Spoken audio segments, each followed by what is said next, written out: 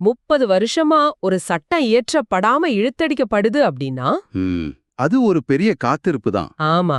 ஆனா திடீர்னு ஒரே ராத்திரியில எந்த ஒரு விவாதமும் இல்லாம எதிர்க்கட்சிகளுக்கு படிக்க கூட நேரம் கொடுக்காம அத அவசரமா நிறைவேற்ற அரசாங்கம் நினைச்சா என்ன நடக்கும்? அது கண்டிப்பா ஒரு குழப்பத்துல தான் போய் முடியும். அதுவும் அந்த சட்டம் தற்செயலா தென்னிந்தியாவோட அரசியல் பலத்தையே அடியோட அழிக்கக்கூடிய ஒரு பொறியா இருந்தா ரொம்ப ஆபத்தான விஷயம் அது. கரெக்ட். இன்னைக்கு நாம அலச போறது ஏப்ரல் 2026ல நடந்த அந்த நாடாளுமன்ற பேரழிவை பத்தி தான். 30 வருஷமா காத்திருந்த பெண்களுக்கு 2029ல கிடைக்கவிருந்த இடஒதுக்கீடு எப்படி ராஷ்டிரியலால் பலியிடப்பட்டது அப்படிங்கிற முழு பின்னணியையும் இன்னைக்கு நம்ம உறுத்து காட்ட போறோம். பாத்தீங்கன்னா இது ஒரு சாதாரண அரசியல் நிகழ்வு இல்ல. நம்ம நாட்டோட கூட்டாட்சி தத்துவம், பெண்களோட உரிமை, அப்புறம் எதிர்கால நாடாளுமன்றத்தோட வடிவம், இது எல்லாத்தையுமே புரட்டி போடக்கூடிய ஒரு மையப்புள்ளியை தான் நம்ம இன்னைக்கு விவாதிக்கிறோம். ஆமா. ஆனா அதுக்கு முன்னாடி இந்த ஆழமான தகவல்களை நாம எங்கிருந்து எடுத்திருக்கோம் அப்படிங்கறத உங்களுக்கு தெளிவுபடுத்திடுறேன். இன்னைக்கு நாம விவாதிக்க போறது பிரைம் பாயிண்ட் ஃபவுண்டேஷன் வெளியிடுற ஃப்ரீ சென்ஸ் அப்படிங்கிற டிஜிட்டல் மின் இதழோட ஏப்ரல் 2026 சிறப்பு பதிப்போட அட்டைப்பட கட்டுரையை தான். ஓ, ஃப்ரீ சென்ஸ் இதழ் ரொம்ப முக்கியமான ஒண்ணு. ஆமா. இந்த இதழோட பின்னாடி என்ன தெரியுமா? முன்னாள் குடியரசுத் தலைவர் டாக்டர் ஏபிஜே அப்துல் கலாம் அவங்களோட நேரடி ஆலோசனையின் பேரில் மார்ச் 2006ல இது தொடங்கப்பட்டது. அப்போ 20 வருஷத்துக்கு மேல இயங்கிட்டு வருது. கரெக்ட். கடந்த 20 வருஷத்துக்கும் மேல பாசிட்டிவ் ஜேர்னலிசம், அதாவது நேர்மறையான இதழியல் அப்படிங்கிற உயரிய நோக்கத்தோட இந்த மின்னிதழ பிரைம் பாயிண்ட் சீனிவாசன் அவங்க நடத்திட்டு வராங்க. நாம இன்னைக்கு அலசுவது இதோட 230வது பதிப்பு. இந்த கட்டுரையை மிக ஆழமா எழுதினது இந்த ப்ரீசென்ஸ் இதழோட நிர்வாக ஆசிரியர் பிரைம் பாயிண்ட் சீனிவாசன் அவங்க தான். இந்த கட்டுரை ரொம்ப துல்லியமா ஒரு விஷயத்த பதிவு செய்யுது. அதாவது ஏப்ரல் 2026ல நடந்த சிறப்பு நாடாளுமன்ற கூட்டத்தொடர்ல கொண்டு வரப்பட்ட அரசியல் சாசன திருத்த மசோதாக்கள் எப்படி தோல்வியில முடிஞ்சது அப்படிங்கறது ரொம்ப தெளிவா விளக்குது. ஆமா.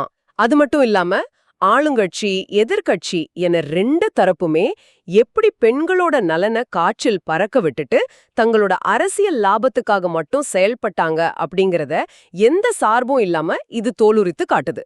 ஒரு நிமிஷம், இங்கே ஒரு முக்கியமான விஷயத்த பதிவு செஞ்சாகணும். இந்த விவாதத்துல நாம எந்த கட்சிக்கும் ஆதரவாகவோ இல்ல எதிராகவும் பேச போறதில்ல. கண்டிப்பா நாம நெடுநிலையா தான் இருக்கோம். மூலக்கட்டுரையில உள்ள தரவுகளை வச்சு நடந்த உண்மைகளை உள்ளபடி உங்களுக்கு எடுத்துரைக்க போறோம். சரி, நேரடியாக பிரச்சனைக்கு வருவோம். 30 வருஷமா பெண்களுக்கான இடஒதுக்கீட பத்தி பேசிட்டே இருக்காங்களே. 2023ல இதுக்காக ஒரு சட்டம் கொண்டு வரப்பட்டதே. அப்புறம் எதுக்கு இந்த ஏப்ரல் 2026 சிறப்பு மசோதாக்கள்? அந்த பழைய சட்டத்திலே எல்லாம் முடிஞ்சிருச்சுன்னு தான் நினைச்சிட்டு இருந்தேன். அங்கதான் பாத்தீங்கன்னா ஒரு பெரிய தந்திரம் இருந்தது. 2023ல கொண்டு வரப்பட்ட 106வது திருத்தச் சட்டம் எப்படிப்பட்டது தெரியுமா? எப்படிப்பட்டது? அது ஒரு பிற்கால தேதியிட்ட காசோலை, அதாவது ஒரு போஸ்ட் டேட்டட் செக் மாதிரி. ஓஹோ, போஸ்ட் டேட்டட் செக்கா? ஆமா. பெண்களுக்கு நாடாளுமன்றத்திலையும் சட்டமன்றங்கள்லயும் 33% இடஒதுக்கீடு வழங்கப்படும்னு சட்டம் இயற்றினாங்க. ஆனா அது எப்போ அமலுக்கு வரும் அப்படிங்கிறதுக்கு ஒரு செக் வச்சாங்க. என்ன செக் அது? புதிய மக்கள் தொகை கணக்கெடுப்பு நடந்து அதோட அடிப்படையில தொகுதி மறுசீரமைப்பு முடிஞ்ச பிறகுதான் இந்த ஒதுக்கீடு வழங்கப்படும்னு ஒரு விதியை அதுக்குள்ள ஒழிச்சு வச்சுட்டாங்க. ஒரு நிமிஷம் இருங்க. மக்கள் தொகை கணக்கெடுப்பு நடக்க வேண்டியது 2021ல. அது இன்னும் நடக்கவே இல்லையே. கரெக்ட். அவங்க திட்டப்படி 2027ல கணக்கெடுப்பு நடந்தா கூட அத முடிச்சு தொகுதி மறுசீரமைப்பு ஆணையம் அமைச்சு நாடு முழுவதும் தொகுதிகளை பிரிக்க மேலும் ஒரு 2-3 வருஷம் ஆகுமே. ஆமா, கண்டிப்பா ஆகும். அப்படியென்றால் 2034 நாடாளுமன்ற தேர்தல் வரை பெண்களுக்கு எந்த இடஒதுக்கீடும் கிடைக்காதுன்னு சொல்றீங்களா? இது எப்படிப்பட்ட நியாயம்? சரியா பிரிச்சுட்டீங்க. இந்த காலதாமதத்தை தவிர்க்கவும் 2011 மக்கள் தொகை கணக்கெடுப்போட அடிப்படையிலேயே தொகுதி மறுசீரமைப்பு செஞ்சு 2029 தேர்தலையே பெண்களுக்கு இடஒதுக்கீட்டை வழங்கிடலாம் அப்படிங்கிற நோக்கத்தோட தான் அரசாங்கம் ஏப்ரல் 16, 2026 அன்னைக்கு ஒரு சிறப்பு நாடாளுமன்ற கூட்டத்தை கூட்டினாங்க.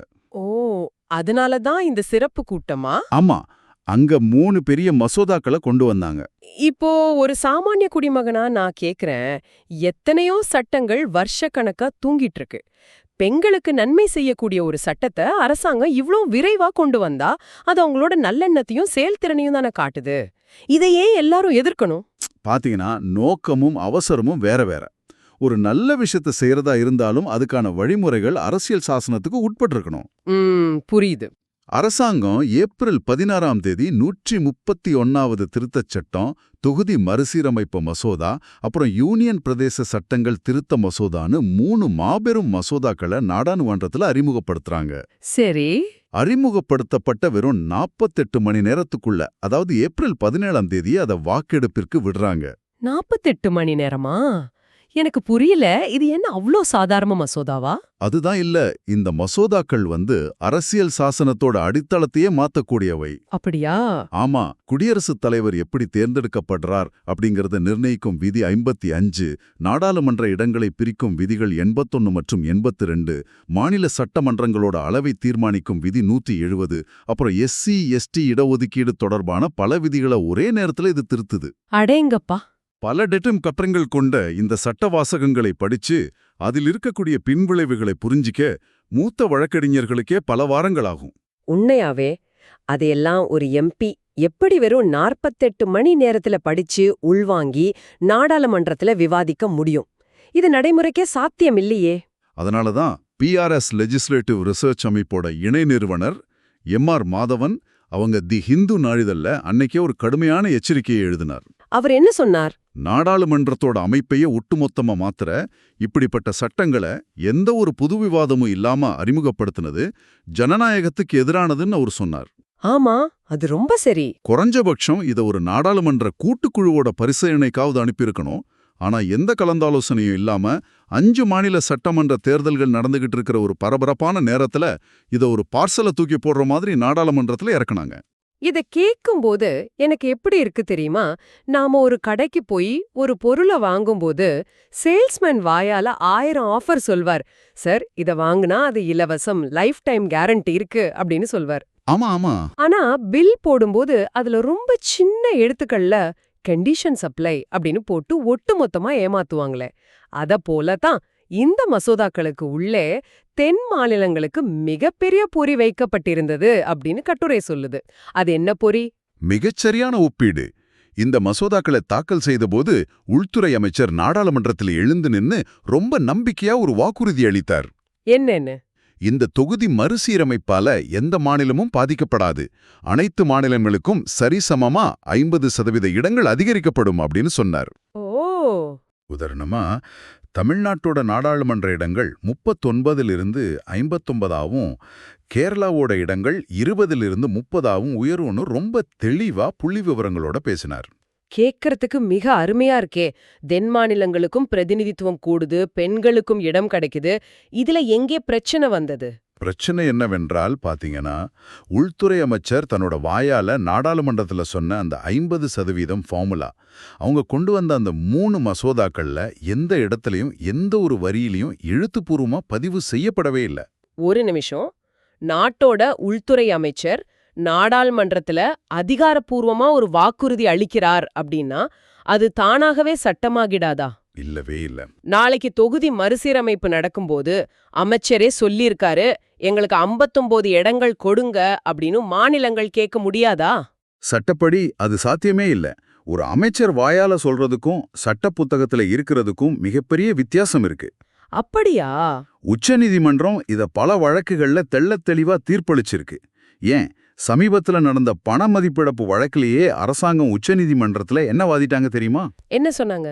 பிரதமரே தொலைக்காட்சியில ஒரு வாக்குறுதி அளித்திருந்தாலும் எழுத்துப்பூர்வமா அரசிதழில், அதாவது கெசட்ல என்ன பதிவாகியிருக்கோ அதுதான் சட்டம் அப்படின்னு வெளிப்படையாவே வாதிட்டாங்க.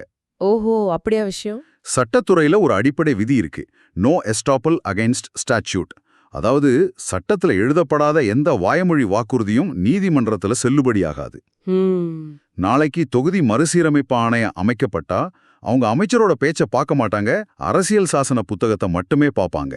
அப்படியென்றால் அந்த மசோதாவில் என்னதான் எழுதியிருந்தது? மாநிலங்களுக்கு இடங்களை எப்படி பிரிப்பாங்க அப்படிங்கிறதுக்கு எந்த உத்தரவாதமும் இல்லையா?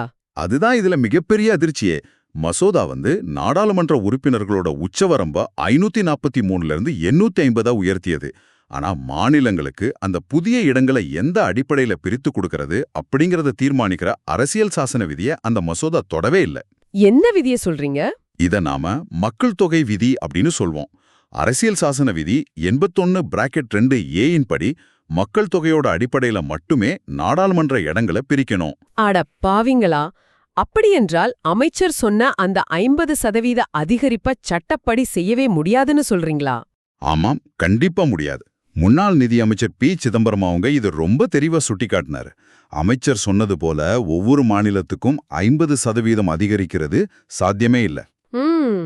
2011 மக்கள் தொகையை கணக்குல கொண்டு இந்த மக்கள் தொகை விதியின்படி இடங்களை பிரிச்சா தமிழ்நாட்டிற்கு அமைச்சர் சொன்ன 59 இடங்கள் கிடைக்காது, வெறும் 46 இடங்கள் தான் கிடைக்கும். ஐயோ! கேரளாவிற்கு வெறும் 26 இடங்கள் மட்டுமே கிடைக்கும். ஒட்டுமொத்தமா பாத்தீங்கன்னா நாடாளுமன்றத்துல தென் மாநிலங்களோட பங்கு 24.3%லிருந்து 20.7%-ஆ கடுமையா குறையிற மாபெரும் அபாயம் இதுக்குள்ள ஒளிஞ்சிருந்தது. இது பகிரங்கமான அநீதியாச்சே. மக்கள் தொகையை கட்டுப்படுத்தி நாட்டை சிறப்பா வளர்த்த தென் மாநிலங்களுக்கு கிடைக்கிற தண்டனையா இது?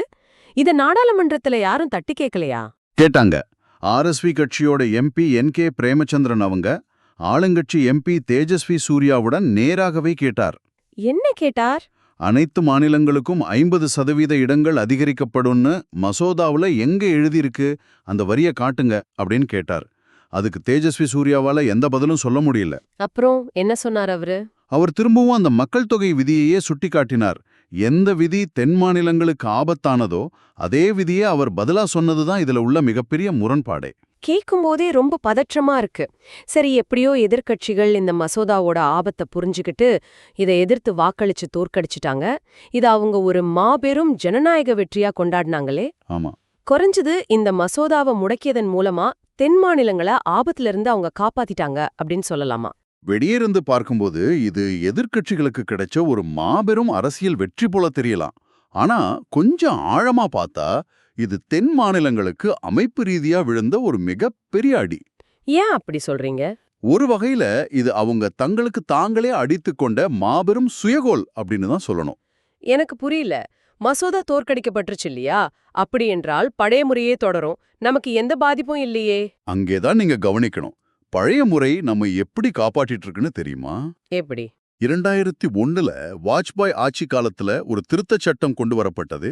அது என்ன செஞ்சதுன்னா 1971 மக்கள் தொகை அடிப்படையிலேயே நாடாளுமன்ற இடங்கள் தொடர்ந்து இருக்கும். 2026க்கு பிறகு நடக்கும் முதல் மக்கள் தொகை கணக்கெடுப்பு வரை நாடாளுமன்ற இடங்களோட எண்ணிக்கையில எந்த மாற்றமும் இருக்காது அப்படின்னு ஒரு முடக்கத்தை, அதாவது ஒரு ஃப்ரீஸை கொண்டு வந்தது. ஓ ஆமா, இத பத்தி நான் படிச்சிருக்கேன். அந்த முடக்கம்தான் கடந்த 25 வருஷமா தென் மாநிலங்களோட பிரதிநிதித்துவத்தை காப்பாத்திட்டு வருது. இப்போ என்ன நடந்ததுன்னு பாருங்க. இந்த ஏப்ரல் மசோதாவை தோற்கடிச்சிட்டாங்க. சரி. அப்படி என்றால் 2026க்கு பிறகு அந்த பழைய முடக்கம் தானாகவே காலாவதியாகிடும்.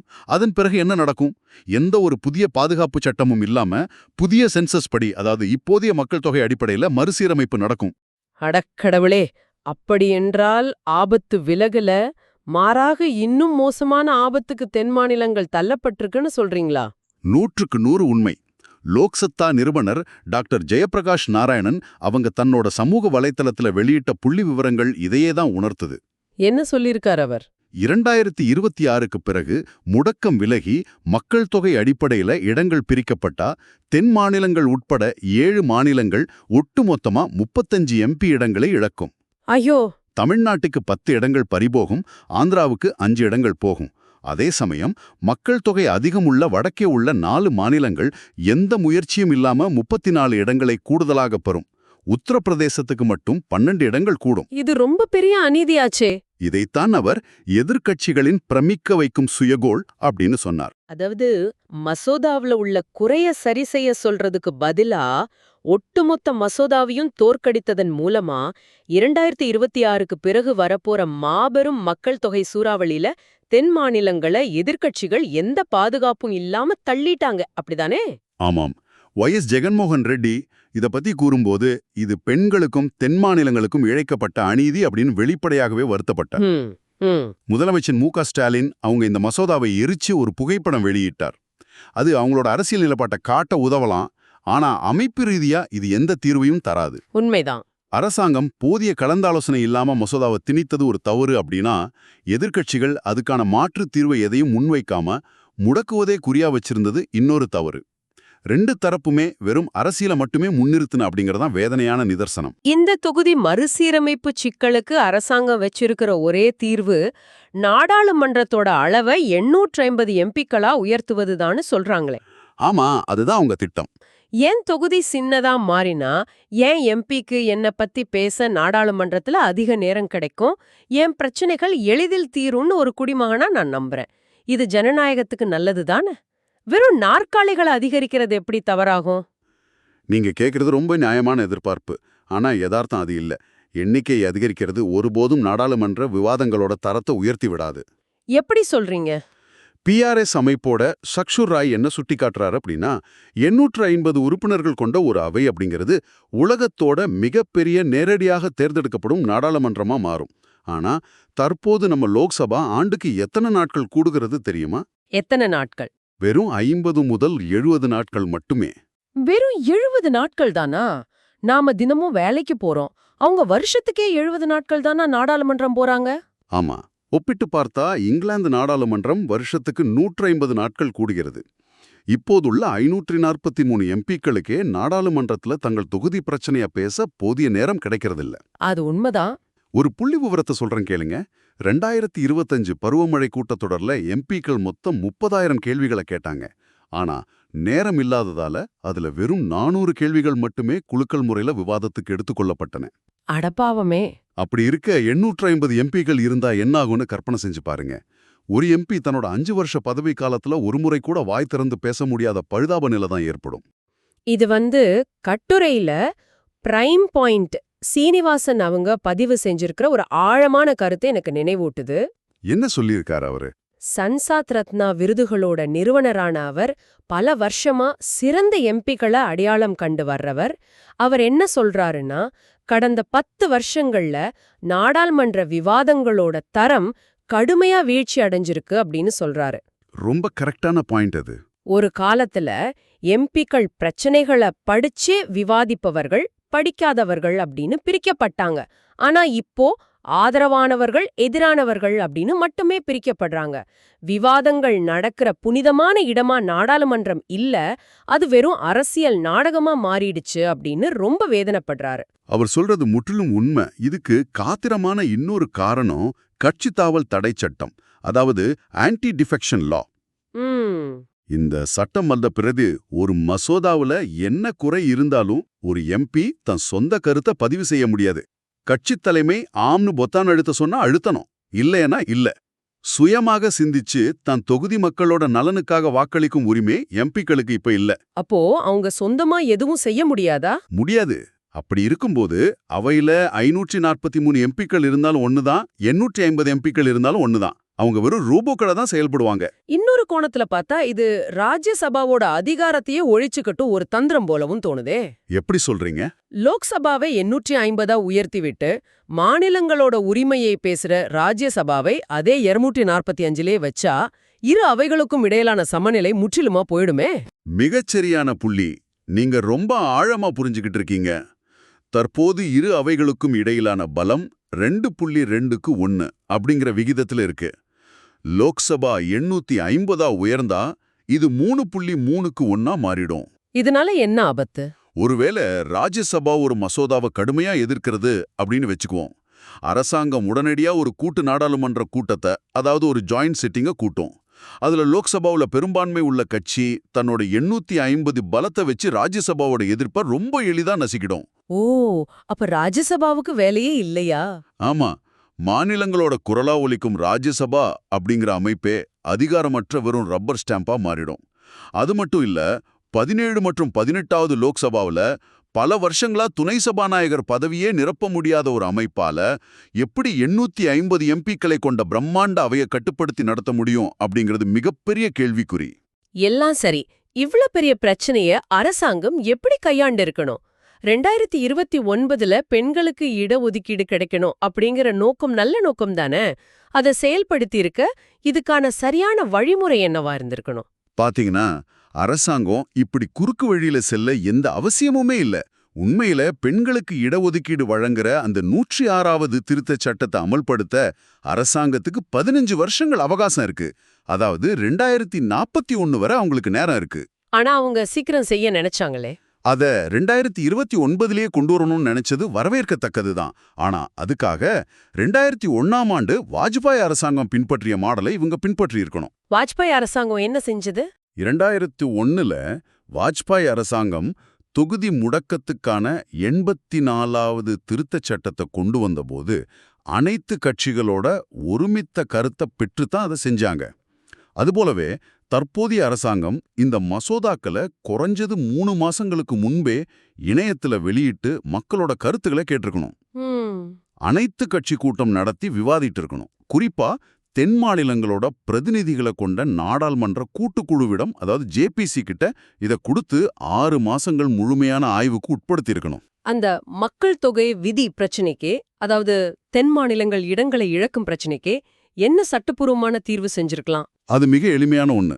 மசோதாவுல புதிதா ஒரு பிரிவை சேர்த்து எதிர்காலத்துல தொகுதி மறுசீரமைப்பு நடக்கும்போது எந்த ஒரு மாநிலமும் தற்போது உள்ள எம்பிக்களோட எண்ணிக்கையை விட குறைவான இடங்களை பெறாது அப்படின்னு ஒரு தெளிவான உத்தரவாதத்தை சட்டப்பூர்வமா எழுதியிருக்கலாம். ஓ, அவ்வளோதானா? ஆமா, அப்படி எழுத்துப்பூர்வமா எழுதியிருந்தா எதிர்க்கட்சிகளோட வாதமே முற்றிலுமா உடைஞ்சிருக்கும். தென் மாநிலங்களும் நிம்மதியா இருந்திருக்கும். இதை செய்ய அரசாங்கம் தவறிடுச்சு. ஒட்டுமொத்தமா பார்க்கும்போது இது ஒரு வரலாற்று பிழை அப்படின்னு தான் தோணுது. அரசாங்கம் போதிய கலந்தாலோசனை இல்லாம, சட்ட பாதுகாப்புகள் இல்லாம மசோதாவை அவசரமா திணித்தது, எதிர்க்கட்சிகளும் எந்த மாற்று தீர்வும் இல்லாம அரசியல் லாபத்துக்காக அதை முடக்கி தென் மாநிலங்களை 2026க்கு பிறகு வரப்போற இன்னும் பெரிய ஆபத்துல எந்த பாதுகாப்பும் இல்லாம சிக்க வச்சுட்டாங்க. உண்மைதான். 2 நாடாளுமன்ற நாட்கள் வீணடிக்கப்பட்டன. எல்லாத்துக்கும் மேல 30 வருஷமா காத்திருக்கும் பெண்களோட கனவு இன்னும் நிறைவேறாமலே அந்தரத்துல தொங்குது. இதுதான் நாம இந்த ஆழமான உரையாடல் மூலமா தெரிஞ்சுக்கிற பாடம். பிரசன்ஸ் இதழோட இந்த கட்டுரை இந்திய ஜனநாயகத்தோட ஒரு 2 அத்தியாயத்தை மிக துணிச்சலா பதிவு செஞ்சிருக்கு. ஆனா அவசரம் அப்படிங்கிறது நல்ல சட்டங்களுக்கு எதிரி, வெற்றே அரசியல் அப்படிங்கிறது நல்ல நிர்வாகத்துக்கு எதிரி. இவை ரெண்டும் நாடாளுமன்றத்துல ஒன்னு சேரும்போது அரசியல்வாதிகள் ஜெயிக்கலாம், ஆனா ஒட்டுமொத்த இந்தியா தோற்று போவது. இதை விட சிறப்பா இதை சுருக்க முடியாது. இந்த ஆழமான உரையாடலை முடிக்க முன், அன்பான கேட்பாளர்களே, உங்ககிட்ட ஒரு கேள்வியை முன்வைக்க விரும்புறேன். கட்சி தாவல் தடை சட்டம் போன்ற விதிகளால எம்பிக்கள் நாடாளுமன்றத்துல தங்கள் சொந்த கருத்தையே கூற முடியாத நிலை இன்னைக்கு இருக்கு. ஆகவோ அல்லது அதைவிட அதிகமாகவோ உயர்த்தினா மட்டும் ஒரு சாமானிய குடிமகனான உங்களுக்கான உண்மையான பிரதிநிதித்துவம் நாடாளுமன்றத்துல கிடைச்சிடுமா? வெறும் நாற்காலிகளையும் விவாதிக்க முடியாத எம்பிக்களோட எண்ணிக்கையும் கூட்டுறது ஜனநாயகத்தோட ஆன்மாவை காப்பாத்துமா? அல்லது அது வெறும் அரசியல் நாடகத்துக்கான கூட்டத்தை அதிகரிக்கிறதா அமையுமா? இத பத்தி ஆழமா சிந்திச்சு பாருங்க. மீண்டும் அடுத்த அலசலில் சந்திப்போம்.